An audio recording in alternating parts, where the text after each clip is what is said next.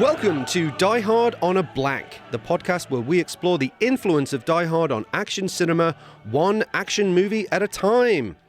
I'm Philip Gawthorne, and with me as always is Liam Billingham, and our film today is Last Action Hero. It's Die Hard in a deconstructionist, meta, fantasy, dirtbag action movie satire. Very slick. Thank you. Yeah, I really Yeah. thought about that for Crisp. hours. Yeah, really. Wow, you really edited yourself there, Liam.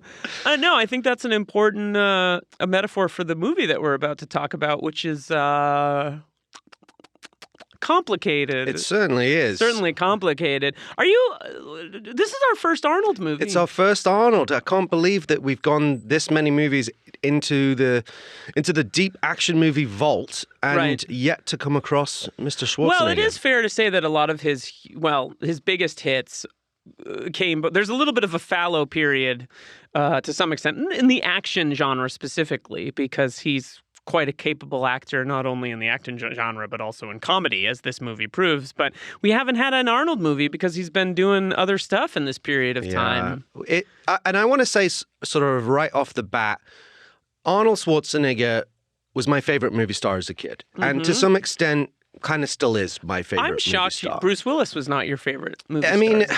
it's complicated, but, you know, I didn't get into the Bruce Willis stuff until a little later. I was more of a teenager when I was more into You heard it here on the pod. into the Bruce stuff. But Arnold was a star first. Yeah. Right? Like, Bruce Willis didn't become a star till 1988. Arnold was kind of a star really by Conan in 1982. Right. The Terminator, which was 84, I would say is probably the most influential film on my entire life. I think that's true for a lot of people born in a certain generation and of a certain age. Arnold is the most important movie star of the 80s, probably, at least in terms of the films that we're discussing on this. Yeah, he This kind of here helped podcast. shape the genre. Obviously, we've talked about Stallone on our Cliffhanger episode, Bruce Willis later on in that decade. But, you know, for me, Arnold really, I couldn't love him anymore. He's very much on the minds of the world psyche right now with the Netflix I was going documentary. to say, honestly, there's a bit of an Arnold sans going on right now. There's the Netflix documentary Arnold, of which I've watched the first two parts and I think is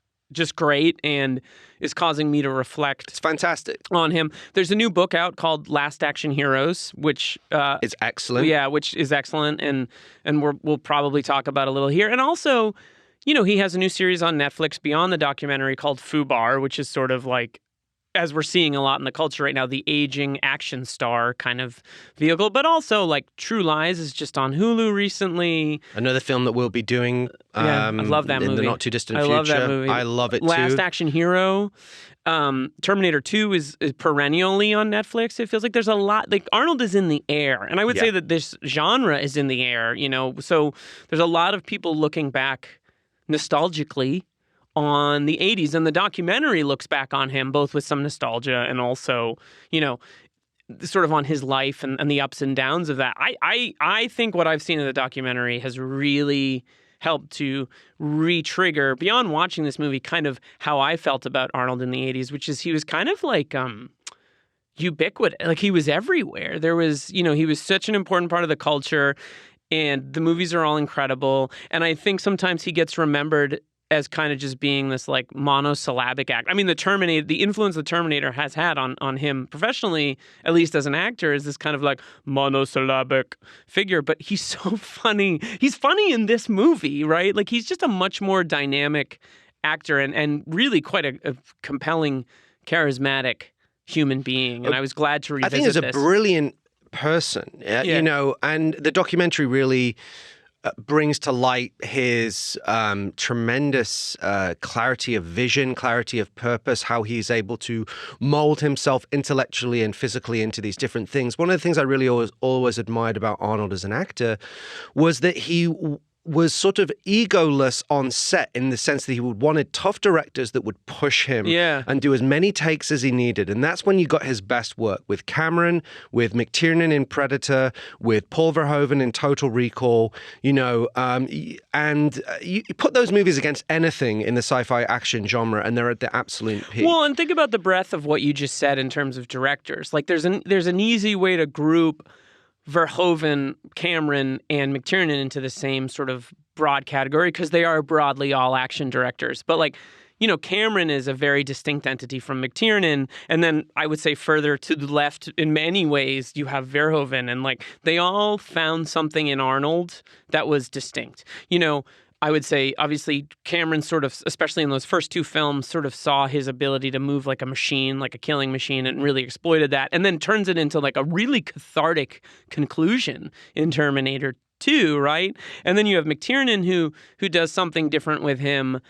And then Verhoeven, who saw him as this like incredible figure for the kind of like action movie satire that he's capable of as an artist. Like they really found things to do with him. Exactly. I think there's a lot more depth to him than maybe meets the eye. And I love a lot of his less venerated work as well. Like I was actually involved at one point with I wanted to remake Raw Deal, and I worked with De Laurentiis on that for a while. I loved Raw Deal. I love Red Heat. I love Commando. Yeah. So the point is, I fucking love the guy. Hey, keep it clean. And it's a podcast for kids. It's not. Is it? No. Is it? No. It's absolutely not. No, it's not. I love the guy. So picture the scene. I'm like 12 years old in 1993. I'm the age, basically, of the character in this movie, Danny Madigan. Danny Madigan, played by Austin O'Brien. So I basically am this kid. And we go over to, like, I'm Arnold superfan, action movie superfan, cannot wait to see this. We go over to my friend Steven's house because we'd rented the video, and a bunch of us are there. I think it might have been his birthday or something. This is something that would go on in the early 90s, right? You'd rent a movie and that would be the focus of the evening. And we all gather around. Halcyon days. Bunch of 12-year-old lads. We're going to watch the new Arnold movie. You're pumped up. You're pumped up. And in 20 minutes, we are so bored of this film. And the sad thing about this is one of the best ideas, one of the best concepts with an incredible director, an incredible iconic movie star at the peak of his powers, Great Shane Black actors. working on the script, incredible supporting cast, and this might be the first time that we are on opposite sides of the aisle on this show because I hate this movie. Well, I don't love this movie. I have a fondness for this movie. I grew up watching it. I think we can talk about this, now or later, but I think, challenging family life meets boy obsessed with movies who wants to like enter the movies is speaks exactly to who I am as a person. And so it resonates with me. And as a kid, I felt in some ways like this movie could do no wrong. And I thought it was very clever. Watching it now as a 40-year-old adult, I wouldn't say it works quite as well, but I have a real fondness for this movie. And I think as typical, it might not be the achievement that, it was when I was 12, but there's still no one more ambitious and smarter than John McTiernan in terms of what he can do. It's like he defined a certain type of movie with Die Hard and Predator and The Hunt for Red October, because this is our third McTiernan movie. And then he attempted to do something with Last Action Hero that I think has like crazy resonance for what all movies are today. But let's save that. Yes. Should we, Phil, would you like to give us some top-line facts about the film? Yeah, let's put this Last Action Hero. Let's put this in context. So Last Action Hero just celebrated its 30th anniversary. I'm so old. As we discussed, it's very much in the zeitgeist right now. It's actually, we should say for our LA listeners, this episode I think comes out the day before it screens in 70 millimeter at the American Cinematheque as part of a tribute to Tina Turner, who plays the mayor in this film. I've never seen this movie on the big screen. I have never seen it in 70 millimeter. I will be out of town, but if I were here, I'd probably be like, Phil, let's get the gang together and go see Last Action Hero. And I would give you some excuse because I don't want to see this movie ever again. I have to wash my hair. I have to clean my Glock that day. So it was, to be clear, I do not own guns. Well, it's because he has a clock, so I thought it was fun. Sheesh. I have to clean my axe. I have to bang axes in a swimming pool Exactly. as a tribute to I have Cobra. to go to Leo the Fart's funeral. So this movie was released on June 17th, 1993, distributed by Columbia Pictures. That was approximately 3 weeks after our last film, Cliffhanger, which came out May 28th of that year. And we're now 5 years after the release of Die Hard, which was the summer of 1988. It was directed by John McTiernan, who also produced with Steve Roth. It stars Arnold Schwarzenegger, Austin O'Brien, Charles Dance, and many more to be discussed. The screenplay was written by Shane Black and David Arnott from a story by Zach Penn and Adam Leff. That's the official credit. There's a lot more to it. As you may know, this was a spec script called Extremely Violent originally and went through many, many writers, but those are the actual credits on screen. On an estimated budget of $85 million, it grossed $50 million domestic and a total of $137 million worldwide. That is low for a Schwarzenegger movie. Was therefore a major box office disappointment in the summer of 93, which was, of course, dominated by Jurassic Park. Do you have any idea? Ooh, yeah, this was a good time. Can imagine releasing this movie 3 weeks after Cliffhanger? Halcyon Days. Do you have a sense of how it did on home video? Because I feel like it was probably did pretty well. I think it probably did well, and it has a kind of, those figures tend to be like, you can't really quantify them, or at least there's no immediate data for home rentals and that kind of thing. Is a little bit more complicated, but it has had a cultural resurgence over the years, that a lot of people have felt this film was underrated, and actually it was sort of unfairly maligned. And I'm sorry to say it's not. And I'm going to tell you scientifically, in my humble opinion, why this film doesn't work from someone that is an Arnold superfan and a McTiernan superfan. I'm doing a whole podcast about John McTiernan and what he did, and I still cannot defend this movie. Now, I will say, to your point, there's genius in the movie. Right. There's magic here, and we're going to try and unpack that, but I have to be one of the tenets of this thing. We live in a Twilight world. One of the tenets of our show is every film gets a fair trial regardless of its reputation. Right. I could give a fuck about the prevailing winds, whether they're good or bad at any point in history, right? I don't care about that. Whether people are saying, oh, this film is actually like a lost cult classic, or whether they're saying this film sucks. I like to give it a completely fair trial. Before you do that, yes. Maybe some folks have stumbled upon this podcast after seeing the film in American Cinematheque on 70mm. Maybe they're Last Action Hero heads. Maybe they're fuming right now for what you just said. But for those that don't know, yes, I have two questions. One, what does Die Hard on a Blank mean? And two, why are we talking about this film on this podcast? Good question. Oh, thank you. So, yes, the term Die Hard on a Blank is the cultural or industry shorthand for any film that utilizes the storytelling paradigm broadly of bad guys take over a blank, building, bus, space hopper, ice cream truck, whatever it might be, podcast hot dog studio, vendor, taco truck. Taco truck? Ooh, I Die love Hard on a taco truck. What would that be called? Let's workshop this. Oh, that's good. Yeah, I like that. I don't know what it would be called. So, broadly, any film that utilizes that particular formula in some way, shape, or form. Now, at first blush, this film does not appear to be a Die Hard on a... we joked at the beginning that it's a deconstructionist meta-fantasy series, but why this film? Well, this brings us to a section, speaking of Jurassic Park, the film that ultimately destroyed this film. Die Hard DNA. We like to call Die Hard DNA. Die Hard DNA. Where we unpack that. Wait, real quick. I have to. Did you see Jurassic Park in the theater? I did. How many times?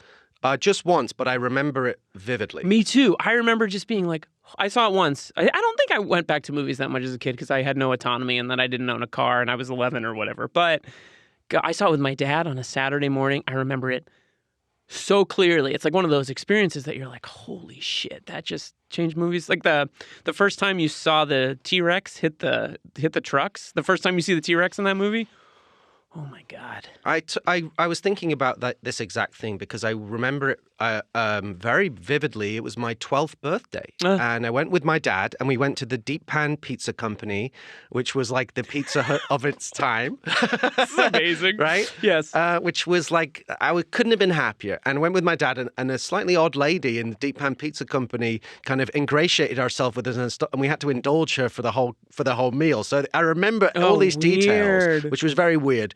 And then we went to see the movie. It was absolutely incredible. I remember particularly the whole thing of like the film was so clever with its climax because it was like it made you sort of fall in love with the T-Rex as an adversary. That's a and good then point. ultimately the T-Rex becomes the savior Right. against the raptors. And that was just so brilliant. Yeah. I mean, the movie's incredible. Raptors are the dick of that movie. That's for sure. Die Hard in a Jurassic Park. I also wonder if you absolutely lost it because the final thing you see is 2 helicopters flying across the sunset. I lost it immediately. It's But incredible. I remember, funnily enough, I think one of the writers called the head of the studio when this film was pitted against Jurassic Park and said, "There's a big problem here because I want to see Jurassic Park more than Last Action Hero, and I wrote Last Action Hero."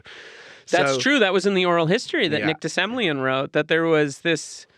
Man, what a time. I wonder if it would have been different it would have been different if the timing had been different. You know, there are all these sort of random things. I think it's definitely a giant factor, right? But the big problem with this movie, I think, was that people saw it and they realized it was bad. They burnt the test cards of this movie, right? The film doesn't work. I burnt the test cards of this podcast, though. So like, we all have to do. Well, why don't we talk about the Die Hard DNA so you can just stop shitting all over this no, movie? I'm not. I'm coming at it from a place of wanting to unlock the genius that's in this movie. Right. Me too. Okay. All right. So, obviously, in terms of Die Hard DNA, same director as Die Hard, John McTiernan, same composer, Michael Kamen. Several actors appear in both films. Rick Ducommun, you remember our old friend? He's the telephone guy in Die Hard, and in this film, he's in the police station? He's Tom Noonan's Hollywood agent at the premiere. I think he's got a little ponytail. He's like, why are you here in character? You trying to kill your career? Yeah, I forgot. He's just a delight. Tom Noonan. Lot to talk about with him. So Rick Ducommun, who has also appeared in Hunt for Red October, he's the city worker in Die Hard. McTiernan staple Anthony Peck, who plays the young cop in Die Hard, and Detective Ricky Walsh in Die Hard with a Vengeance. I love this guy. Also, he's also in Hunt for Red October. Yep. Returns here as an LAPD officer who, funnily enough, gets blown up when he turns the glass eye that says, "Vengeance is mine." Little precursor there to his Die Hard 3 appearance. That's true. And also and just to be clear, in the Hunt for October, because I think it's his most memorable part, is the second in command to Scott Glenn. Yeah. So that's he's got a prominent role in that, and a prominent role in Die Hard with a Vengeance. He's only got a small part in Die Hard as like Al Powell's kind of buddy who's in the background, and he goes like, something about a double cross. Yeah.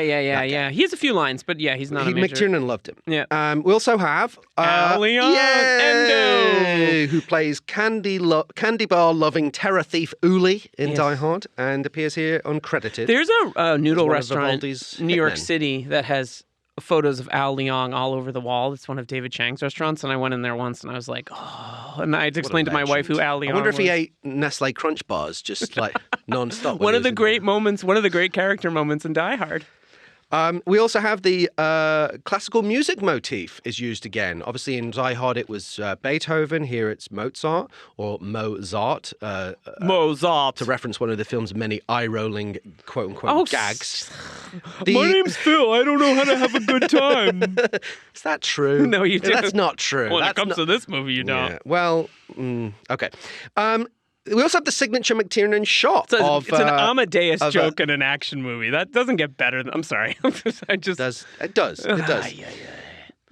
The signature McTiernan shot of a character falling from a great height, which we talked about, began in Nomads, his first movie. Most iconically, Gruber falling off Nakatomi Plaza. Also, Alec Baldwin jumping into the ocean off the helicopter in Hunt for Red October. McTiernan's scared of heights, maybe. We talked about that a bit in our Red October episode. In this one, it's on the scene where Arnold falls when he's hanging on the crane in the sequence at the That's a great Leo the Fart's funeral. Sequence. The fact that I can't even go there. Right. It also ultimately why the big thing, other than the McTiernan connection and all these other things, this is playing with the conventions of the action genre that, of course, Die Hard helps cement, and it even starts with a very Die Hard like sequence. Police siege outside a building in LA, a body being thrown off the roof. Already, it's like it's like so off-putting, though. You know, there's children in peril. You know, a body is thrown off the roof. It's to me, it's straight away the tone is like, who is this movie for? Right, and we'll I mean, the Ripper as a character is complicated too, but we can get into that. And the final point is just, you know, Die Hard is even directly name-checked in the movie at one point. There's a scene where the kid is saying, "They always look dead," like in Die Hard, right? Oh, that's right. And there's actually a music cue from Die Hard used in that scene, and just to button the point. So this, even though this film's premise isn't a classic Die Hard on a blank scenario, it is chock full of Die Hard DNA. Yeah, I mean, so the thing that's interesting is we're recording this episode a little later than we normally do, and like, so we've been thinking about this movie a lot. So when do we get into the argument? Should we do our anatomy of an action movie first? Okay, so Phil has devised a list of tenets. We live in a Twilight world. And there are no friends at dusk.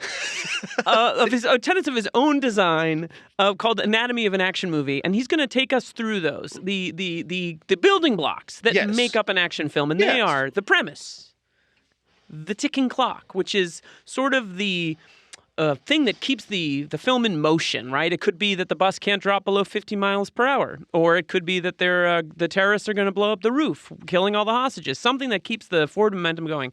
The hero. The villain, the action. This is an action movie podcast, after all. The humor, and an occasional, but now I think it's become a regular part of it, which is... She's a lady. Whoa, whoa, whoa. She's a lady. Oh, my God, this is unhinged. I love it. The lady, which is where we take a minute to reflect on, you know, the maybe the gender politics of some of these movies, which are not often always... not great. Often not great. And also because some of these movies feature absolutely kick-ass actresses, including this movie, in my opinion. Phil just gave me a look. So let's talk about it. The anatomy of an action movie. So, Phil... Yes. Tell me, what's the premise of Last Action? Okay. So the premise is, thanks to a magic ticket, film-obsessed kid Danny gets sucked into the world of an action movie and has to team up with his favorite action hero, Jack Slater, using his encyclopedic knowledge of the genre to help solve the case, defeat the bad guy, and save the day. Genius. Great premise. And the ticking clock that's connected to that is... After the evil mob henchman Benedict, played by Charles Dance, uses the magic ticket to cross over into the real world, Danny and Jack have to get it back before this now all-powerful bad guy does something really terrible, like bring the worst villains in movie history over into our reality. Now, one thing I want to pause and talk about is that, again, to bring it up, the American Cinematheque description of this movie begins with grieving the loss of his father. Danny Madigan escapes into movies. And I thought it was interesting that description emphasizes that, because although that's part of the movie, his father has passed away because his mother, who I think is great in this movie. Oh, I adore her. Absolutely love her. Says something about, do you think I'd want to be like a 39-year-old widower or whatever the case was. But the movie doesn't do much, honestly, with...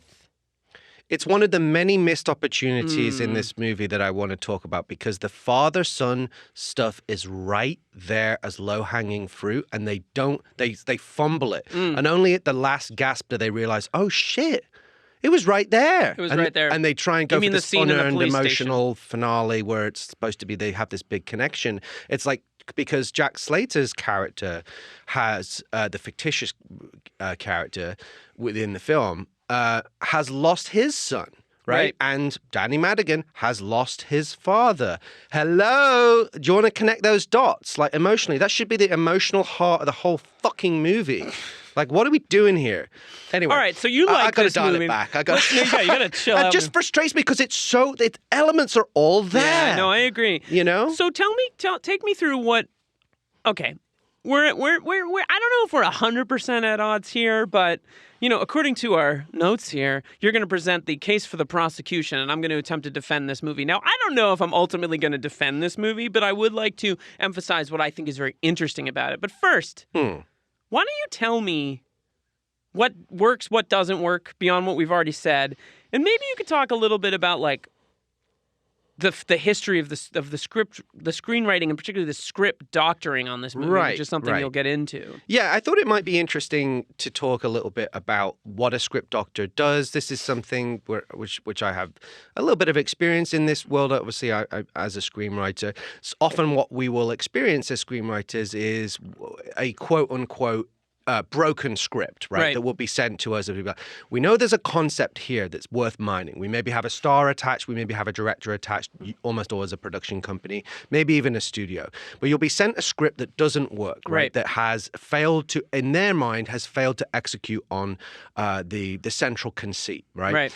And it's our job to figure out how to solve that problem. And the script doctor terminology is very apt, right? Because it's a diagnostic. You have to identify where is the problem and what surgery needs to be performed in order to sort of rescue the patient, right? That's why they use that terminology. Now, this film is notorious for the amount of script doctors that worked on it. First of all, it started as a spec script by the then very inexperienced writing team of Zach Penn and Adam Leff. Zach Penn's gone on to have a fantastic career. Yeah. Is a staple of the Marvel-verse. I believe he also wrote the Spielberg movie. What's the name of it? Based on the book, I'm forgetting that was the sort of also a meta, multifaceted, set in the future. Why can't I think of its name? No. More recently, Spielberg. Ready Player One. Oh, Ready Player One. Ready Player One. I haven't seen that film. So he wrote that. It's thematically kind of similar, and then it was rewritten by Shane Black and his writing, one of his writing partners, David Arnott. Shane Black, again, one of my ultimate heroes. One of the greats. One of the absolute greats. One of the best writers in this genre ever. Come on the pod. Please do. Come on the pod. Let's go. Shane, let's go. Just hope you'll forgive me. I know you're listening right now, Shane. But we love him. Wrote my personal one of my favorite Marvel movies, Iron Man 3, wrote and directed it. I think is almost a Die Hard on a Marvel movie kind of movie. And obviously we talked about Last Boy Scout and Long Kiss Goodnight and Lethal Weapon. And I mean, Lethal Weapon is my favorite action movie of all time. Kiss Kiss Bang Bang and Nice Guy. Bang, bang. The guy's an absolute legend. Nice Guys. Can we get 10 Nice Guys sequels, please? By the way, yeah, it should have been should have done that TV show they were thinking about. They were going to do a TV show. Okay, anyway. Well, anyway. The point is, even just on face value, the writers involved are top tier. But and Carrie Fisher was a script doctor. Well, that's what I was coming to. So they hired, in addition to these great writers that are actually on the ticket, no pun intended, they hired the best and the brightest script doctors, including Carrie Fisher, William Goldman, and I believe Larry Ferguson, who had written Beverly Hills Cop 2. William and Goldman did a pass on Hunt for Red this? October. Wow. So yeah, the absolute creme de la creme, and this was one of the reasons why the film was dubbed in the press at the time Humpty Dumpty, because it was like all the king's horses and all the king's men couldn't put Last Action Hero back together again. Right. So what I thought might be interesting to do is talk a little bit about, like, perhaps now with the benefit of 30 years of hindsight, it's the ultimate Monday morning quarterback, situation. But I can see, with the benefit of critical distance, perhaps how this film could have been saved. And that's just what struck me watching it, because I was like, oh, that was who cares about my opinion, but it was, I would have done this. I would have said this. The key thing, and this is worth getting your opinion on, I think where you have to start when you are fixing a broken script, a broken movie, because there's other production things that needed to be considered too. And by the way, these guys didn't have the benefit of 30 years of hindsight. It was 9 months from green light to being in the theaters, which is way too fast. And we should also say that in the world of narrative storytelling, on a film level, the script is the most important thing. Like, if the script... What's your foundation? Yeah, if it doesn't work... And, like, lots of movies get changed in production. And the classic adage is a film gets made 3 times: when it's written, when it's shot, and when it's edited. So all movies change. Like, it's very rare that a movie is exactly the same as the script, right? But if the script doesn't have a good starting point, I think you're constantly in jeopardy, because you're constantly doing, there are some very, very big movies that have come out in the past, in the history of movies, and the ones that didn't work, and a lot of the time is they never had a finished script. So that's often the problem with big movies, is that the script was never finalized. They were rewriting in production. Well, it can cause problems. And this film is a classic example of what I like to call, like, this isn't a movie, it's a release date. you know. Alien 3 was another example of a tortured production that was like locked into a release date. They didn't have a finished script. Even Batman, which the Tim Burton 1989 Batman didn't have a finished script, although it turned out pretty great. Goddamn great. Although there are some imperfections in the last act of that movie that were, I think, part of the race to just get it done. But this get out of this podcast studio. I love it. Don't get me wrong, I absolutely it's a love great it. movie. But yeah, sure. It's the third act thing. So anyway, the point where I think you have to start with this is just the core concept of what is the movie that we're telling? What is the story that we're telling on an absolutely boiled down, the most simple, three-sentence clean, statement, right? Summation of what is the emotional thrust of the story that we're telling. And I think what this movie should have been, to some extent, is The Wizard of Oz. Okay. Now, one of the early executives, who I think one of the first producers who came on board, saw it in those terms. That's what he saw in the original script, Extremely Violent, and they even reference Wizard of Oz. There's a scene where Arnold goes to Charles Dance's house, and he's like, I would like to speak to the drug dealer of the house. Great, which is a great line. Yeah.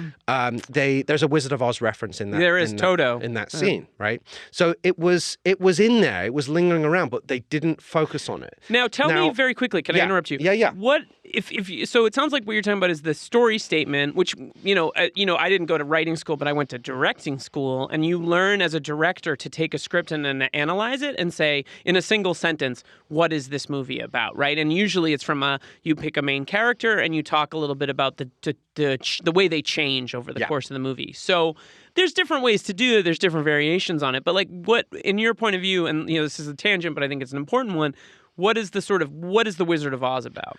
Well, I would summarize it as thematically and emotionally, it's about the idea of there's no place like a home. Okay.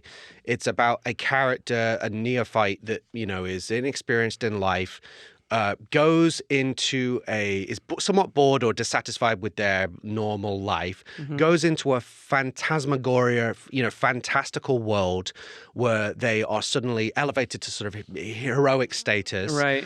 Meets a bunch of colorful characters along the way, learns, gains courage, gains knowledge, gains wisdom about themselves, about the wider world, confronts a frightening villain, and returns to their home life imbued with new knowledge and a better person for it, and with a different perspective about the world, and ultimately embracing the fact that there is no place like home.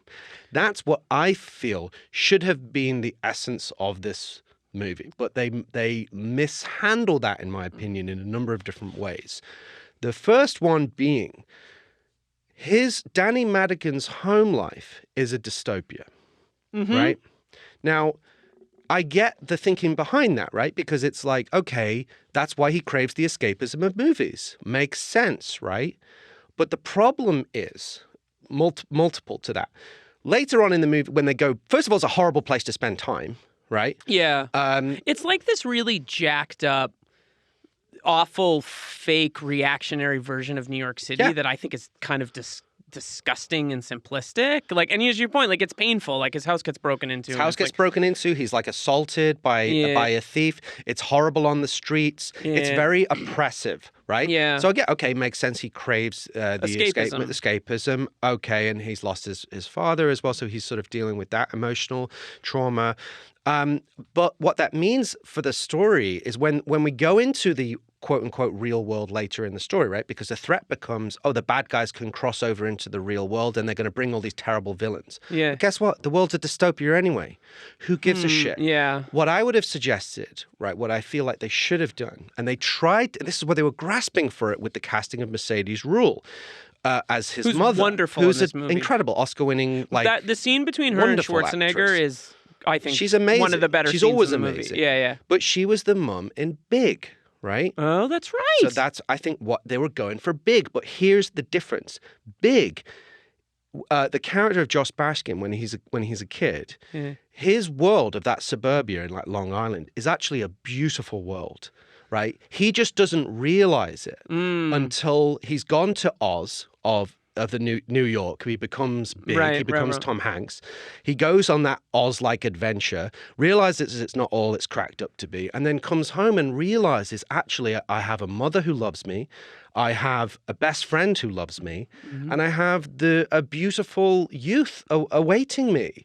You know, his life is beautiful, and that's what this should have been, in my opinion. But because the dystopia is so oppressive at the beginning, what is he returning to at the end of the movie? A horrible, horrible world. So that's the one component that I feel like was, and in fact, to your a point, misstep. Sorry, not to jump Go ahead. on you there.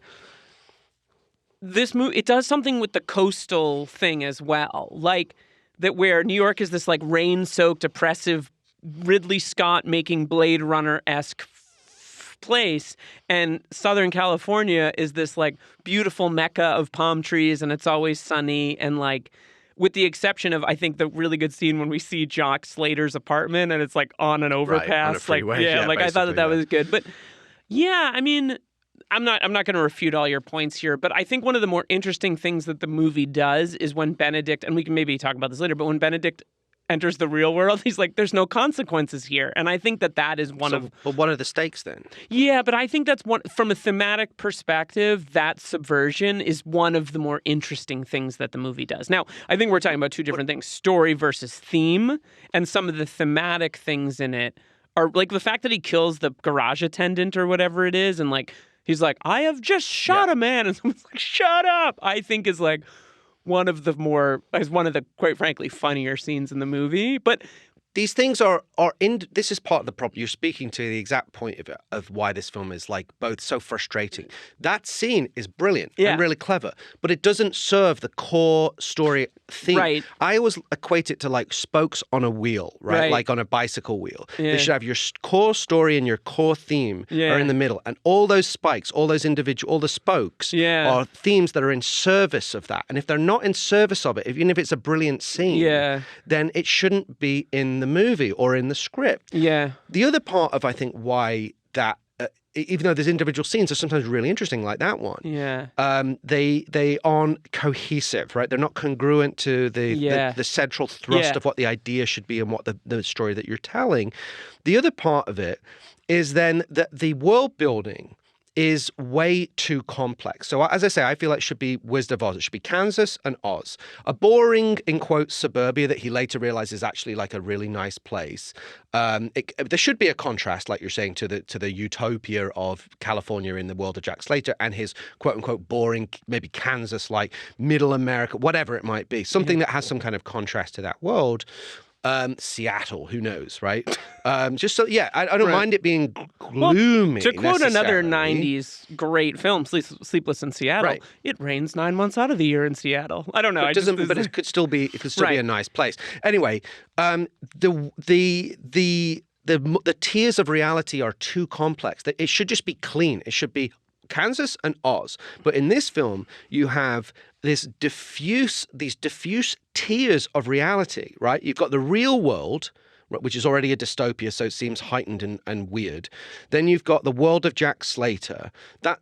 You've also got the world of movies in general, hence the appearance of T-1000 and Catherine Trammell, the Sharon Stone character. And Whiskers, my favorite character in the film. Whiskers, don't get me started. The animated cat.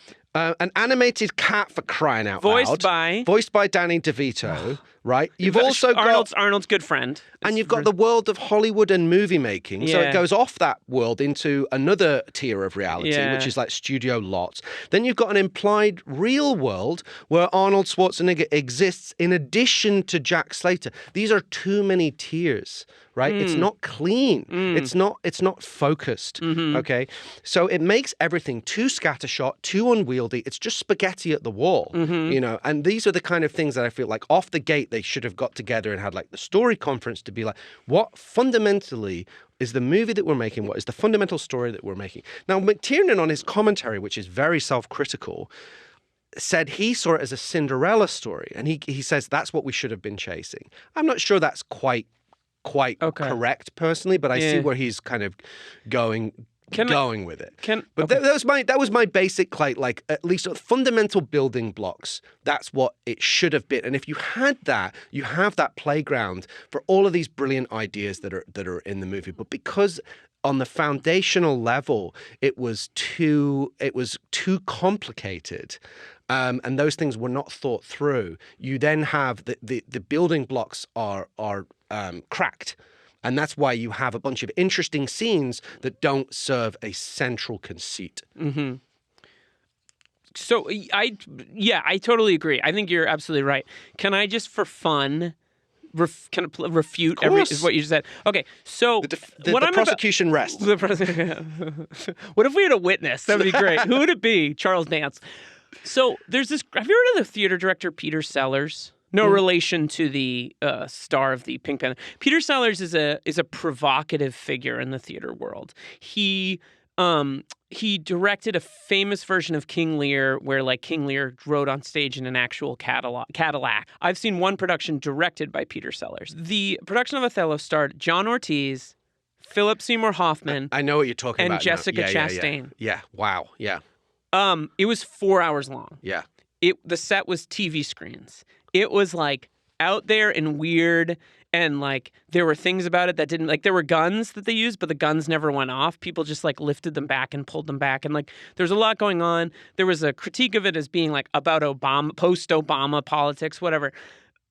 I would never say like this was the definitive production of Othello, right? Like, because I don't think that exists, and B, I don't think that's what Peter Sellers strives for. And I read an interview with him that was really interesting because I think he's a genius. Like whether I agree with his, like he's a singular artistic vision. It's this great quote that I'll never forget, which is he says, "A plot is a coat hanger for you to hang your ideas on." And I've always thought of that as oppositional, or not oppositional, but contrary to the sort of the idea of the classic unity of theme and story that narrative strives for, which is the idea that like, and this is not me disagreeing with what you're saying, but like, you know, the classical idea of like put the building blocks together and make the most coherent, clean, best piece of character begins their journey here, goes through a bunch of things, and in this case ends up, or in the classic Wizard of Oz, ends up back home a changed person, understanding something new about their lives. Peter Sellers' idea seems to be like, a plot is just there for me to put interesting things that I'm intrigued by onto. And I think McTiernan may have been striving for something else, but some of the most compelling stuff about this movie are the elements of its disunity. So it's a movie kind of about the coasts and how like New York is a hellhole and Southern California is this like beautiful place where no one can get hurt. But obviously like this movie is like a compromised, you know, sort of film about Hollywood and is a disaster, right? Like it was a disaster from a box office perspective or whatever the case was. He literally introduces the Grim Reaper from the film The Seventh Seal. It somewhat becomes about death and like the looming inevitability of that. It's a satire. It plays at the image of Arnold Schwarzenegger. The fact that in this world, Sylvester Stallone is the star of T2, which plays with the idea of like, what if Sylvester Stallone had been the star of T2? I think it's funny and kind of meaningless, but also interesting that Sharon Stone shows up in this movie as Catherine Trammell from Basic Instinct, just like lighting a cigarette outside the police station. The idea being that she's just like left the police station after being interrogated. Like it's a nod to Verhoeven. The T-1000, it's a nod to James Cameron.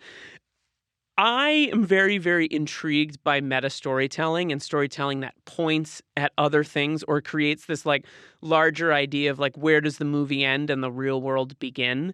And by the way, that's a classic thematic idea in The Wizard of Oz, which I recently rewatched with my daughter and was like, holy shit, this movie is like onto things that I never would have as a kid understood that it was, which is an obsession of a filmmaker like David Lynch, who I would say often uses plot as a way to hang, you know, ideas upon. So I'm really intrigued by this movie as a failure of idea and a failure of execution in some ways. But what I will say is that it actually tells us that we were living at a really, really significant moment in action filmmaking because this was allowed to happen. Like the fact that like we're so down the rabbit hole with whatever you want to call them, diehards on or Schwarzenegger movies or whatever. Like, it's so in the zeitgeist that people are like, what if we were to like wink at you and just continually wink at you for 2 hours? And like, you know, I find it very intriguing and meaningful as a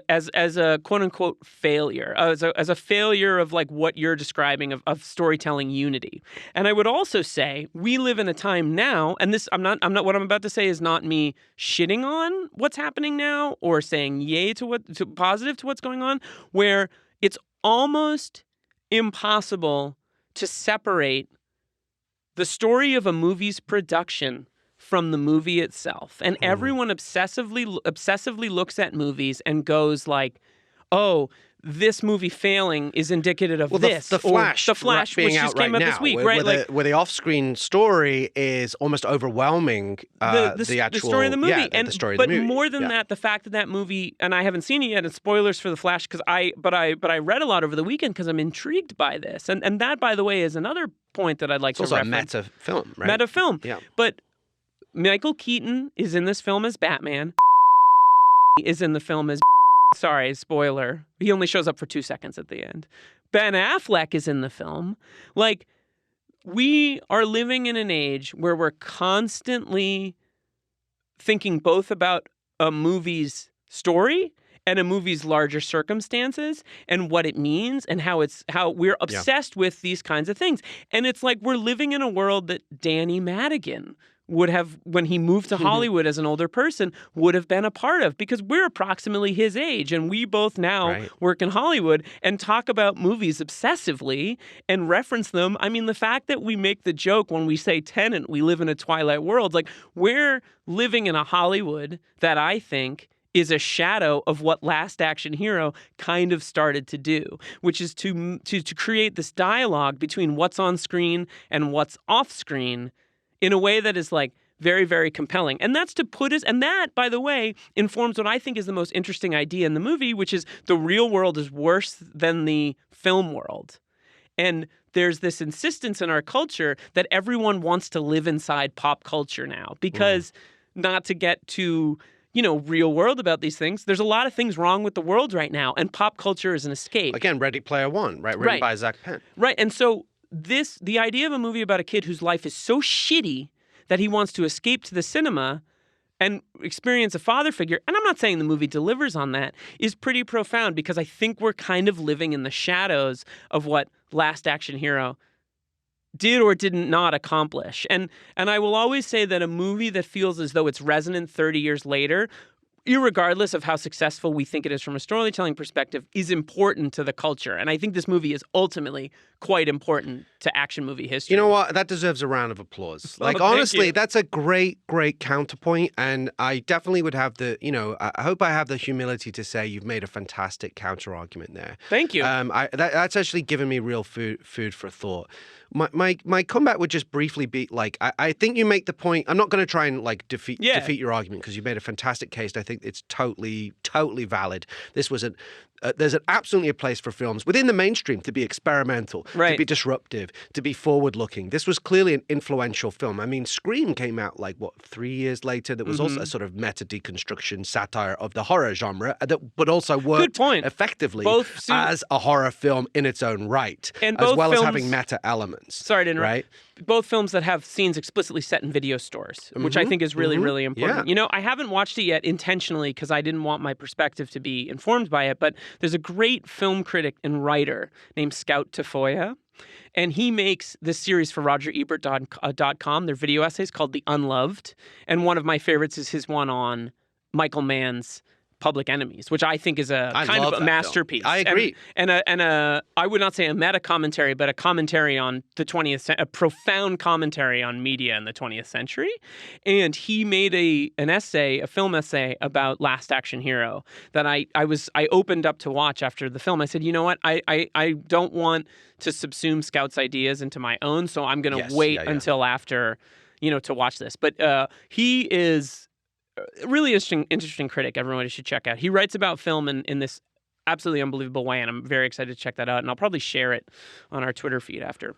Well, the only other thing I wanted to say about just your point and your analogy about Peter Sellers and theater, though, is that I think theater is an open forum and an open box for experimental ideas, especially if you're doing a play that's been performed for the last 400, 500 years. You absolutely have to invest it with fresh life, fresh ideas, pushing the envelope. I think it's difficult to an action movie, and there's also a debate about whether this is an action movie or a comedy or neither or both or whatnot, but this still has to work functionally. There is a science to feature film, mainstream feature films that need to function on a certain level at their core, and then you can play jazz around that spine. Right. But if it doesn't work on those fundamental levels, then I just think you end up with what this is, which is just a bit of a mess. But I do totally agree that like sometimes the corners and edges and the weirdness are the most interesting part, and that's definitely true in this movie. The shadow of what the movie weird is about. experimental tangents, especially like the Hamlet sequence at the beginning, is brilliant. It's amazing. And some of these other ideas, like you're saying with the Charles Dance, like I'm just going to shoot someone and ask for consequences, and they're not provided by this society. These are all really, really interesting ideas. They just don't sort of congeal into one. They don't coalesce. They don't coalesce. That was the word I was blundering for. I think of the simple terms is that, and I have no stake in this movie's success or failure, is that I applaud things that reach so far that they don't coalesce. But I understand your point about what I would describe as like the need for the internal engine of something to work to carry you through. Because at the end of the day, all of my lofty ideas aside, I go to the movies and I pay $14, or when this came out, it was probably $8 to see a movie, and like, you want to have a satisfying experience. And I think that the eternal balance of an artist, especially one operating on mainstream, high budget level, is to give audience like, this is what is so, by the way, amazing about The Wizard of Oz, is that I showed The Wizard of Oz to my 5-year-old, and she was just staring at it, like jaw on the floor. We haven't rewatched it since, and I think the reason is because it has this very fairy tale narrative, but it's working on that way where we're sort of spending time with these characters that we like, and they're all learning like to get a heart or to bravery or whatever the case is. But there's something in the shadow that filmmakers like David Lynch, by the way, have devoted their entire careers to, which is like, what is the shadow? That movie operates on subconscious. So that's what great art should do to some extent, is function on both the conscious and subconscious level, or on the collective unconscious level. Well said. Collective unconscious is really important. And which maybe brings us to a little bit of some, the issue of like the Ripper in this movie. I mean, we'll get to it when we get to the villain section, but to me, that's another part of it where it's like this character is almost too terrifying for a quote unquote for a film aimed at kids, or is it aimed at kids? It's R-rated. It's R-rated. Or is it? Right. Oh no, it's PG-13, right? Because he can't say the F word at one point. But again, it's the other thing I think is tricky with this film is the detective plot is very, very complicated. If the tiers of reality had been simplified and cleaned up, you could have had maybe a complicated detective plot for the characters to solve. But because that's complicated, it makes the whole thing a bit impenetrable, and therefore you risk being confused and ultimately bored. I agree. So we've talked about the premise, we've talked about the ticking clock. Let's take a quick break, and then we're going to talk about all the other categories. Let's talk about the hero. Hamlet. Yes. No, there's 2 heroes in this movie. They are Jack Slater and, well, I guess there's a hero. There's a hero and the protagonist, I would say, right? Protagonist. We live in a Twilight world. There are no friends at dusk. I ordered my hot sauce an hour ago. Danny is the protagonist. Jack Slater is the hero, and he's really a sort of composite of action hero archetypes, right? I would say the rule-breaking renegade cop. He goes back to Dirty Harry, Riggs, McLean, of course. I do love his look in this movie. God, those boots. The boots, the T-shirt, the leather jacket, the car. They put a lot of thought into that stuff. It's iconic. Yeah. And it's played by an iconic star. That's cool. I like the Jack Slater character. He's also, we'll get to this, but I think this is a shining example of Arnold Schwarzenegger's ability to be funny, this movie. I think it has... But I do have a question for you. Okay. All right, a bit of in the spirit of being disruptive. Yeah. Could anyone else have played Jack Slater, and would it have been a more cohesive movie? And I have one idea to throw at you. Is it Mel Gibson? No. Oh. What if it was Kurt Russell? That would be very good. Now, Kurt Russell's pretty funny, and it would also He's very very funny. openly reference the sort of work he did with Carpenter. Big Trouble, right? Think. Are you a Big Trouble fan? Oh, yeah. I love that. Of course. Big Trouble in Little China is the film we're talking yeah. about. Think of like in that film where he plays a character, funnily enough, called Jack Burton. He does a similar sort of. That's also a slightly messy film, but it's much more effective. It definitely takes weird tangents, but that's also part of the fun of that film. But the thrust of it is pretty clear.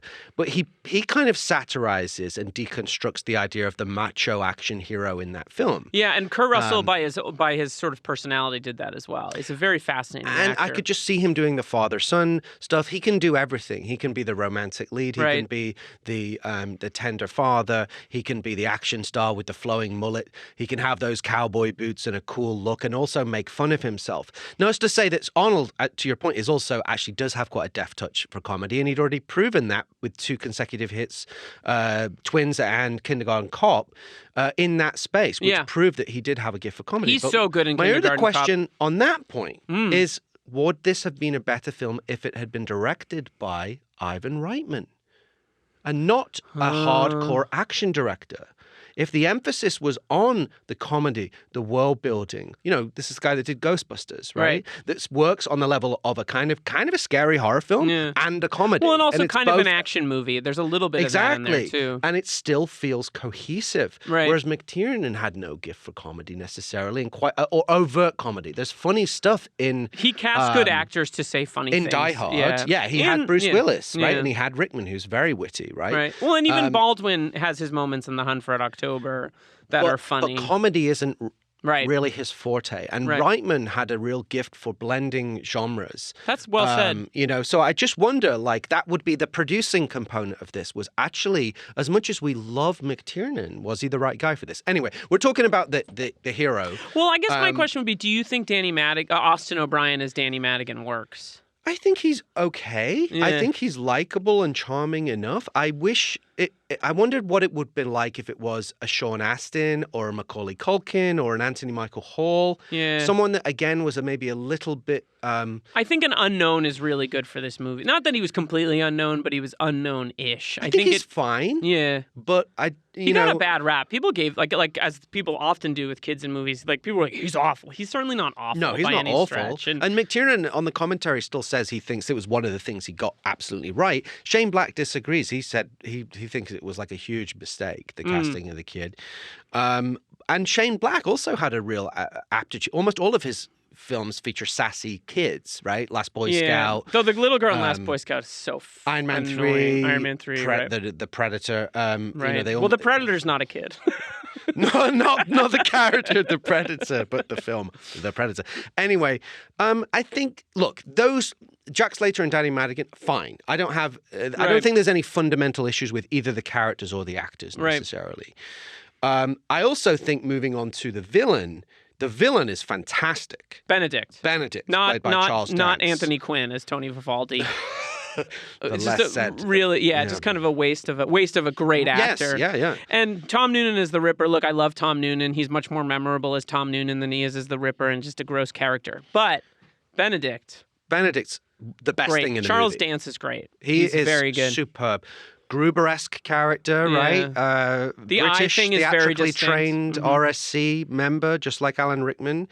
And he would go on to have an incredible TV and movie career after this. I mean, he's phenomenal. And also similar to James B. Sicking's bearded character in Narrow Margin that we talked about in a previous episode. The Toto scene that you referenced at the front door is one of the better moments between them. I wish that there was, it's a little bit of the Hydra-ish problem of this movie, that there's too many characters, too many villains, too many characters. I would have collapsed them, actually. I would have collapsed Benedict and the Ripper into one character so that Jack Slater has only one motivation instead of two, which is like revenge. Now, it's one, it's revenge, and two, it's get the magic ticket back. Why not collapse those characters and just simplify the playing field? field, you know. Right. And then because you've also got Anthony Quinn as Vivaldi, who's just like, you know, why are you here? Yeah, well, that's one of the best. Also, one of the things that works really well in the movie is Benedict's open contempt for his boss.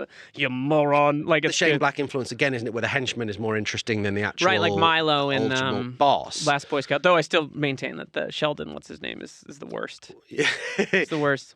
Let's talk about the action. Yeah. A handful of good action sequences. Sure. I think the exploding house with the cards counting down, that's cool. That is cool. The subsequent car chase is one of the best parts of the movie. Ice that guy. Tacona phrase. You know I love a bad pun. Well, see, but he's so, I mean, he's so funny. Like, he knows exactly what he's doing, and, like, very few actors could pull that. Imagine Sylvester Stallone trying to say, ice that guy. I just can't, I can't see it working. And Stallone, you know, did his own meta stuff which kicked all this off in Tango and Cash, where he references Rambo and says Rambo is a pussy, right? And was poking fun at his own image and as a sort of stockbroker cop. That kind of stuff comes back now with the open references to The Rock in Michael Bay's Ambulance, which I just think is so interesting. Yeah, but it works. It works. I don't know what it is. There's the helicopter attack on the skyscraper is good. There's one phenomenal shot where the helicopter's like pulling away as it's like shooting the glass. That is a good shot of the building. There's one amazing shot. But I like the funeral sequence despite its absurdity. Well, apparently, Shane Black said something like that. It reminds me of the sequence with the coffin in Kiss Kiss Bang Bang. I think Shane Black and David Arnott, I believe, came up with that sequence, but he said, but McTiernan never shot where the dynamite was, so there's no sense of what's actually at stake. Yeah, that's well said. Yeah, in the scene, that's why it feels like the whole film just feels like this is a good moment to pause and reference briefly Nick DeSemlian's oral history of this movie, which you can find online. And Nick also wrote this book, Last Action Heroes. That's really worth reading. They had 3.5 weeks from finishing filming to the movie coming out. It was like a crazy runaway train. Not the best. So according to, and I think this creativity. And I think this might be a little exaggerated, but McTiernan claims that like the action sequences of this movie are like the camera reel essentially taken out and like put into the film. So there's not that much editing. You know, the kind of continuity or the kind of the coverage shooting that they would have done to put it together. Now, I don't believe that because it would literally be impossible, but it sounds like they had to really slapdash this thing together. And I think we can agree that it's reflected in some of the design of the movie. It feels, you're trying to do, brain surgery whilst you're riding on top of a freight train. And, you have to wonder if this kind of slapdash, ultimate failure of this movie is why so many tentpole movies now are like made with a release date in mind years in advance for shareholder reasons or whatever the case might be, but there's like less. You couldn't get away making this movie the way that they made it. You know, the movie that we're going to talk about the next, The Fugitive, had almost the same timeline. It was like 9 months from like script commissioning to the movie coming out. Yeah, they nailed it. It's a masterpiece. But it's a less complex. Right. Well, there's no meta. There's nothing meta about it. It's just a straight ahead cat and mouse thriller that's absolutely incredible. Yeah, the action's fine. The action is okay, but it's not that memorable, which is a shame. And again, that's why I wonder, like, if you're not going to really, if you've got McTiernan and the action isn't the focus, that's why not get Ivan Reitman or or Zemeckis or I think I think Ivan Reitman could have that's a really interesting. Zemeckis may be a little too childlike. I think Ivan Reitman can handle some of the darkness in this movie in a different way. I wouldn't say Zemeckis is childlike. Look at like Contact or Flight. Oh yeah, or What Lies Beneath. Some serious adult dramas. Flight. Yeah, he's a good director. He's a hell of a director. I'm just thinking. I think I'm thinking of his like more 80s, 90s. He definitely had work. like the early stuff had that whimsical quality, but again with like Back to the Future is a great job of taking different genres, a sort of teen movie and a time travel movie. We forget about the Libyan terrorists at the beginning of Back to the Future. Yeah, for sure. So I wonder if it was just McTiernan was not even though it's like it seems like a no-brainer on face value, maybe he just wasn't the right director. Well, he's for a variety of reasons. He's a dark dude, right? There's a darkness there, and his movies. He's a great filmmaker, but like maybe it leans a little too hard into the hard R. Is this movie R or PG-13? I think it's PG-13. That's wild that this movie would be PG-13, especially, not to be like, ooh, about it, but it's, it's like, yikes. It's not, But that's, again, the problem is, who is this movie for? There's jokes about premature ejaculation and a cartoon cat that fondles women and sexually assaults them. Oh, yeah. Who the fuck is this movie Yeah, for? they should have cut that. That's bad. That's bad. Not to be all like but that's bad. It's really bad. It's really bad. So the humor. So that brings us to the humor. And usually we skip over this section, but the humor is one of the best parts of this movie. That there's some really egregious, horrible stuff, but there's also some truly inspired stuff, right? Like the Hamlet stuff, right? Which I feel is really your wheelhouse. Well, I just would say I love going, "Hey Claudius, you killed my father. Big mistake." Like the fact, like something is rotten in the state of Denmark. I love that like, whole sequence. It's very funny. It's very smart. It's very smart in like a dumb way. Like I love jokes that are the smartest and dumbest jokes at the exact same time. And the fact that like, yeah, I just find it great. And I also think that like, again, it speaks to this thing that I think is really interesting, which is like, there's that. I love that his English teacher is like a classically trained British actress. Like it's just she was married to Laurence Olivier. Right. It's like smart like Joan Plowright. Joan Plowright. And like the idea that like when I was a kid, I liked Shakespeare. Like I'm not trying to, but like I didn't need the help to get into Shakespeare as a kid. I'm not saying I understood everything, but I kind of got the drama of like, the Scottish tragedy or like reading. I was in 12th night in high school. Like, I love Shakespeare. But, like, as an entry point, the idea of, like, a blood-soaked revenge thriller, like, starring Arnold Schwarzenegger playing a version of Hamlet is not all that far removed also from the fact that Mel Gibson played Hamlet 3 years before this movie came out. Like, McTiernan, again... The worlds were colliding. Right. Action movies and high art. Die Hard being McTiernan's Midsummer Night's Dream, as he described it, and then bringing it back for this movie. Like, it's a dumb and smart joke at the same time. And I think also the idea of a school-age kid, like, I would have been this way, imagining Arnold Schwarzenegger as Hamlet is, like, a pretty smart way to teach Hamlet, potentially, Absolutely. Right? Like, there's some really fun ideas in this. And it's just also... funny that he throws Claudius out the window. Like that's cool and hilarious. Unfair. I love that. Also the fact that you bring up the good point of like there's a certain amount of just there's fun and silly and it works when the movie like kind of is harmless and doesn't work as well when it's sort of rubbing your face and just the darkness of well, that speaks to the tone, the wild tonal inconsistency. That's also one of the big problems, right? Like it's just all over the place tonally. It's not consistent. I do love the idea. I thought it was really interesting. It was sort of just thrown away in that scene, but the idea that they say that Hamlet was the first action hero. And I found that really interesting. But then she sort of prefaces by saying, well, but you might think that his whole issue is that he's totally inactive. And they kind of touch on that later because it gets into like Slater's ennui and his existential angst, and he's like tortured when we realize that he lives in the shit apartment. There's always a guy in the And, closet. That's a great joke when he just kills the guy who's in the closet. And if it had leaned into that more, it's like that's what drives me crazy because there's genius in this movie around the core. Right, but the core is fucked. The core is fucked. You heard it here first. You heard it here first. The leading lady, Bridget Wilson, mainstay of the 90s action movie genre, Mortal Kombat. Oh, is she in that? Yeah, I believe she's Sonya Blade. The movie doesn't do that much with her. It's intended to be a pubescent boy's fantasy figure, exactly. Right? That's the whole point of this character. I find it a little grating. The It is screaming thing. Like, it's a clever joke, the idea where she's pretending to scream when she's actually beating the guy up. Well, it also speaks to McTiernan's faculty with, like, making the women characters a little more interesting than often they get. But they don't do anything with her. It's an kind of stereotype, and she just disappears from the movie. And what is with this skeezy thing? The less said about skeezy, the better. What is going on? Now, I am writing a series called Skeezy, which is a Skeezy spin-off? I'm writing a Skeezy spin-off, yeah. It's called The Skeez. internet is clamoring for this. Yeah, everyone's been talking about it. Yeah, this is really bizarre. I can't even get into it with the Skeezy. If you're this far into the episode and you don't know who Skeezy is, like get on it. Get your life It's together. the yoga of our times from Toy Soldiers. Yeah, it's very good. Let's put on the tuxes. Let's do it. Yeah, let's do it. Let's get ready for the premiere. Yeah. I love that Schwarzenegger meets gets Jack Slater in this movie. I think that part's Well, there was fun. one. It does echo Purple Rose of Cairo in that regard. When we never really got into it, but I don't think you can have a serious, deep conversation about Last Action Hero without referencing Woody Allen's Purple Rose of Cairo, which features a character.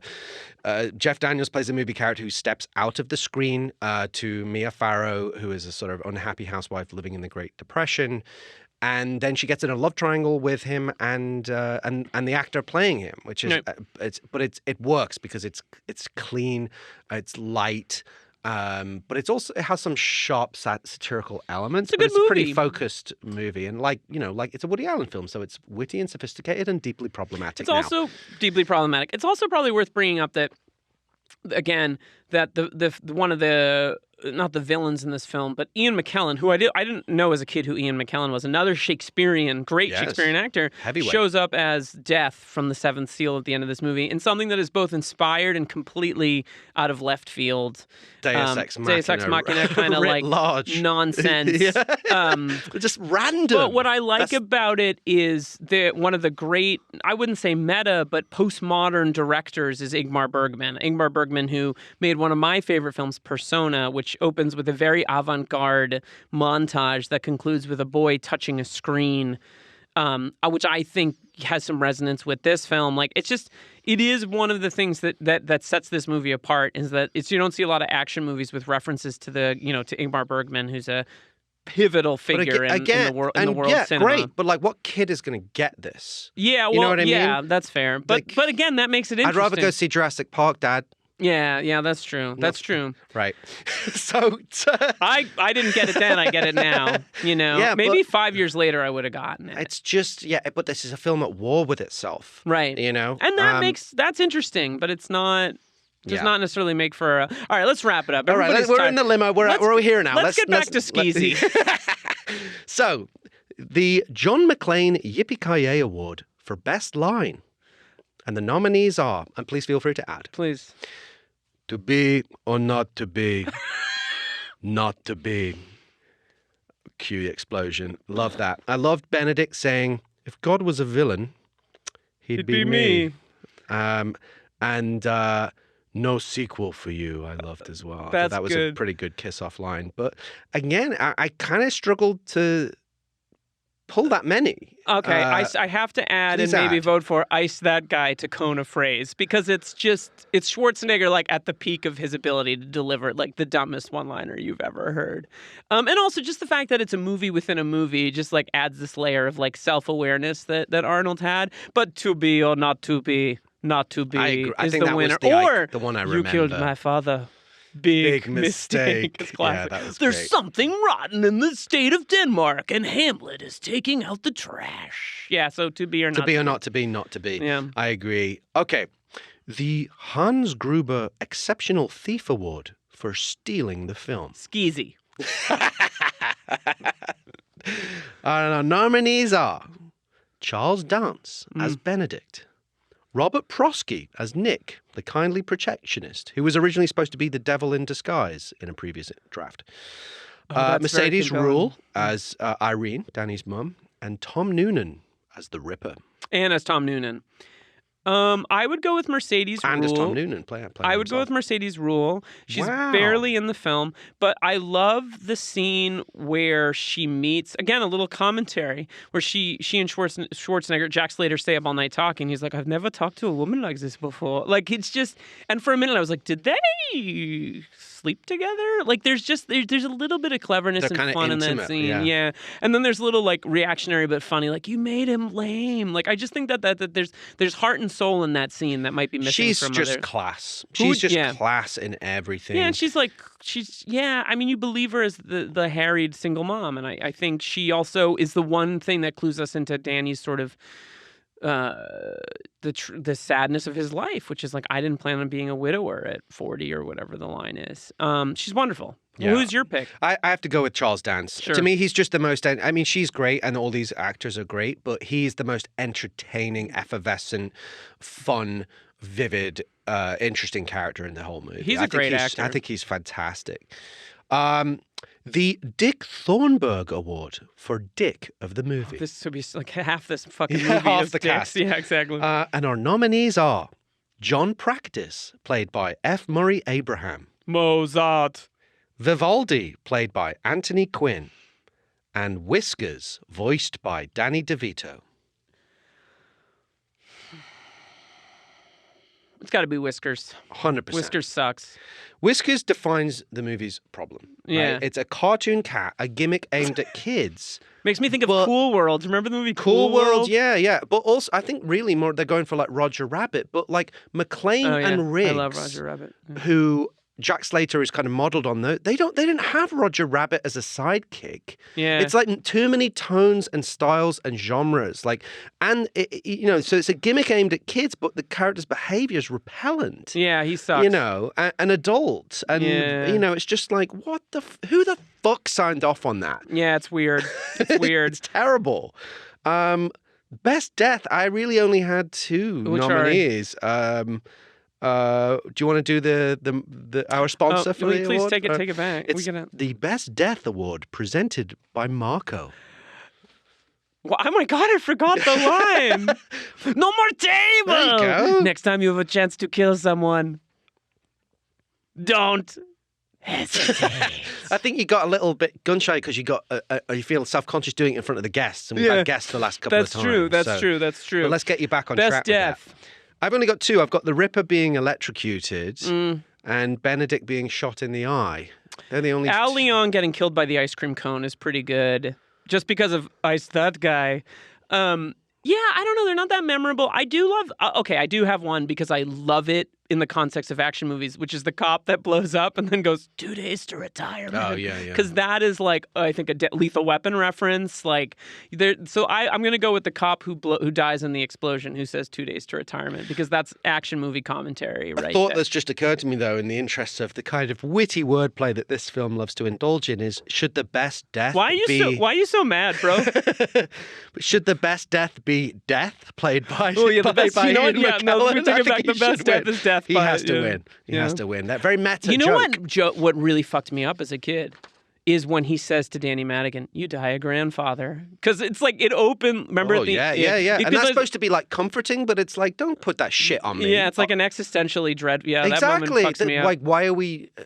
Yeah. You know what? Like, existential dread in a light summer action movie. I love a bit of existential dread if I'm going to see a Peter Sellers play. Right. Right? Like, I don't want it in Last Action Hero, bro. Sure. So- That's why you mad, bro. All right, let's do All the right, bro. quiz. Double Jeopardy, where the scores can really change. All right. So you have 3 questions. You can phone a friend. You can call Al Powell, and I'll provide I'm you gonna with call one Death. clue. All right. Yeah, let's get a bit existentially weird I during don't this need to. trivia quiz. I've had 3 espresso shots. I don't need it. All right. Okay. Question number 1. The police station in the world of Jack Slater was filmed at the Columbia Lots corporate headquarters, which is essentially Sony's equivalent of Fox Plaza. Which other Arnold movie filmed multiple scenes inside this distinctive pyramid-shaped building? Before this or after this? It was before. Is it Terminator? No, do you want to call Al? He's I'll call standing Al. by. Okay. Is this my Putting only this call, Twinkie Al? down. Okay. No, you can call him on every that's question. right. You get How one on generous each of you. question. The clue is the location doubled for the lobby of a futuristic television studio. Oh, is it Running Man? Yeah. Oh, nice. Thanks, If you Al. notice the early scenes when Richard Dawson arrives, you clearly see it's the same building. Interesting. So it's the equivalent of when Die Hard shot on the Fox Plaza, which is where the corporate offices of Fox. This is Sony's equivalent on their lot. This is going to be incredibly annoying guys that live in LA, but have you noticed? That's our other podcast. Yeah, like, let's. yeah. If you want to subscribe Yeah. to annoying guys that live in LA, Yeah, it's only No, that's Patreon- this, it's- actually. yeah, exactly. Well, I was going to say, Yeah. do you find that so I was watching Perry Mason, Rip, Yeah. the great series on HBO that recently got canceled, and we were watching it. My wife and I'm as you know, a sucker for LA noir. So like this is Me too. and we're watching it, and like my wife looks up at this, 'cause she's watching it too, and she goes, "That's the lot." That's because she used to work at Warner Brothers. She's like, "That's the alley that you turn into," and then like similarly watching, like, I watched Zack Snyder's Justice League, and she's like, that's the same spot that was in, and I'm increasingly like, I don't want to know. Yeah, it kind of ruins it ruins it a little bit. Like when you recognize recognize like the location of a place in either in the city or on a lot that you've been to. And I haven't been on a lot of lots, but like Hail Caesar, all of that was shot really on the Warner Brothers lot. And I love that movie, but now I watch it and I'm like, oh, that's the steps of the Warner. Anyway, this has been Annoying Guys That Live in LA, the podcast. A failed podcast. It's going to last one mini episode. Because we already canceled it. All right. Question number 2. Having discovered that he'd won this part after it was turned down by another famous British actor because of the salary, Charles Dance wore a T-shirt on the set that said, "I'm cheaper than blank." Which Shakespearean actor was he referring to? Ben Kingsley. Is incorrect. Give me Al. How you doing, cowboy? All right. The clue is, don't overthink it. Oh, Anthony Hopkins. Come on! What's this podcast about? Oh, was it Alan Rickman? Yes. Oh, fuck. Yeah. Okay. Alan Rickman was offered the role of Benedict originally. God bless him. Well, good for him for wanting more money, but that would have been a mistake, colossal mistake. You think so? Yeah, because too close. It's too close, and I think people would have been too on the nose. Yeah, I mean, not that he wouldn't be remembered for Gruber. It'd be too on the it would be too on the nose, and like maybe it would add like a little bit of cleverness. But no, it's better in the hands of an actor who's a little less. Even though, because it would just feel like, I'm sure that's why he didn't do it, because it's like this is kind of a retread of the same character. And I love Charles Dance, what he does with this part. Alan Rickman was offered the role. All right, time for our final round, the increasingly unpopular convoluted corner. Okay, question number 3. 2 of the actors in this film have won major awards for playing the role of Salieri in productions of Mozart. Ooh, Amadeus. One actor won an Oscar for the screen version, and one actor won a Tony for the stage version. Can you name both actors? So they're both in the movie. Both in the movie. So obviously F. Murray Abraham won an Oscar for Salieri. Correct. And then another actor, was it? Okay, so I have 2. Can I do 2 guesses? Sure. One, I'm going to start with my left field one. Robert Prosky. I like where your head's at, because he was a stage actor. And by the way, Robert Prosky is a phenomenal actor. He's incredible. Great actor. Thief? Holy shit. Is it Charles Dance? It is not. What? Do you want the clue? The clue's really good. Please ask me for the clue. Hey, Al. It's Liam. Okay. You shall not pass on this question. You say these things like I should know, and I should know. You shall not pass on this question. Ian McKellen played Salieri. Yeah. Boy, Ian McKellen, what a career. And won the Tony. It's great. I love it. I think it's Milos Forman's very important to me as a filmmaker. His early Czech films are like absolutely incredible. Talk about not meta, but basically feels like movies just about almost documentaries that are fiction films. Just incredible stuff. For those who are still listening, Loves of a Blonde and The Fireman's Ball, 2 of the greatest neo-realist films ever made. Check New Wave. Check it out. Check it out. Rating the movie. Wow. We really went there. You know, a podcast is just a place for me to hang my ideas upon, Phil. I don't know if you knew that. No, a podcast needs to be ruthlessly structured and absolutely unyielding Ladies and in its gentlemen, execution. The dialectic. I don't disagree with almost anything you've said, and yet I still have a fondness for this movie because I think it was prophetic and meaningful. Yeah, look, honestly, you've made me you've given me real food for thought in what you've said. I think you've made a fantastic case for not. Sometimes the imperfections in art are the most interesting pieces. Yeah. I think that's very much true in this case. There was another little point that I wanted to make that I forgot to bring up just as a final point, which is I think the finale of this movie is eerily similar to an excellent Hollywood satire that nailed action comedy called The Hard Way. I love The Hard Way. If you remember how at the end there's the character called the Party Crasher, yes, played by Stephen Lang of Avatar fame. I love that movie, dude. It's great, and there's a whole. It's almost the same. There's a giant statue of the character from the movie, and there's they're hanging off it, and it's at the premiere, and it's kind of meta. Oh man, I love that movie. So the last thing I was going to say was, if you want to watch a great action comedy that nails both the action and the comedy, and is a sort of quasi-meta Hollywood satire, watch The Hard Way, starring Michael J. Fox and James Woods, directed by John Badham. It was made 2 years earlier, and I think it's that movie's a much better executed version. I think the movie's kind of disappeared for reasons. It's hard to get hold of. I watched it about 2 years ago. James Woods is a controversial figure in our contemporary moment. But Michael J. Fox is perennially loved. Yeah, but this might be and his he's amazing in the movie. It might be kind of his last action hero, because it was kind of a bomb, wasn't it? Didn't it come out? I'm not sure how well it did, but it's so. LL Cool J is in it, and it's don't call it a comeback. It's got that song. Yeah, it's a good That was my movie. walk-up music when I was in my inauspicious kickball career. Weirdly, whenever Phil walks into a room, he plays that from his phone. It's like a lot to take, especially when you're recording a podcast. Like, okay, Phil, we get it. That's it. But that's all. All I've got to say. That's all. Listen, I enjoyed this conversation. I thought it was great. If you like this conversation, you should tell your friends, or tell us what you thought. Send us an email, diehardoab@gmail.com. That is the email address where you can find us. Wow, what is wrong with me right now? You can also find us on Twitter at Liam G. Billingham, at diehardoab. Phil? Yeah, I am on Twitter at Philip Gawthorne. Yeah, I don't know. But really, no, I would love to hear from you. And in fact, our next guest for our next episode, we actually have a really positive story about how we connected on Twitter. So it's not all bad out there in the social media hellscape. Yeah, no, I've met a lot of I've made actual human friends on social media. I'm not afraid to admit it. You can be our friend too, maybe. We have to sort of look to see. We have to vet you. Yeah, show that you're real and not some kind of cipher. Are you cool enough to talk about a 30-year-old movie for an hour? No, just are you real and not an AI or pretending to be something that you're not? But if we're desperate for friends. If you're like a cool AI, I'm down with it. diehardoab@gmail.com. Please email us, reach out, tell your friends, rate, review, subscribe to the show. Should I read another review? Yeah. Real quick, should I read one more?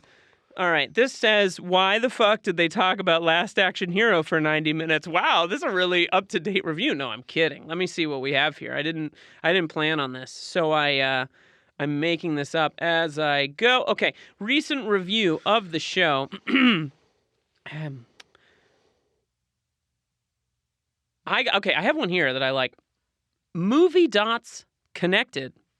From Peach Plum Pear 6. As a film lover whose preferred genre is decidedly not action movies, I'm so pleasantly surprised by Die Hard on a Blank. Phil and Liam are already inspiring me to expand my own taste in movies with their spirited conversations about the many threads unspooling from Die Hard and the in-depth level of critique, insight, and dot-connecting film history they're bringing to each episode so far.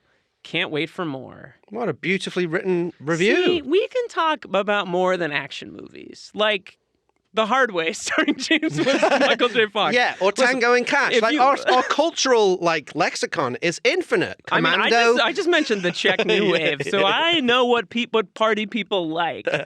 Thank you for that review. That's lovely. Next time on the show. Yes, thank you. The Fugitive.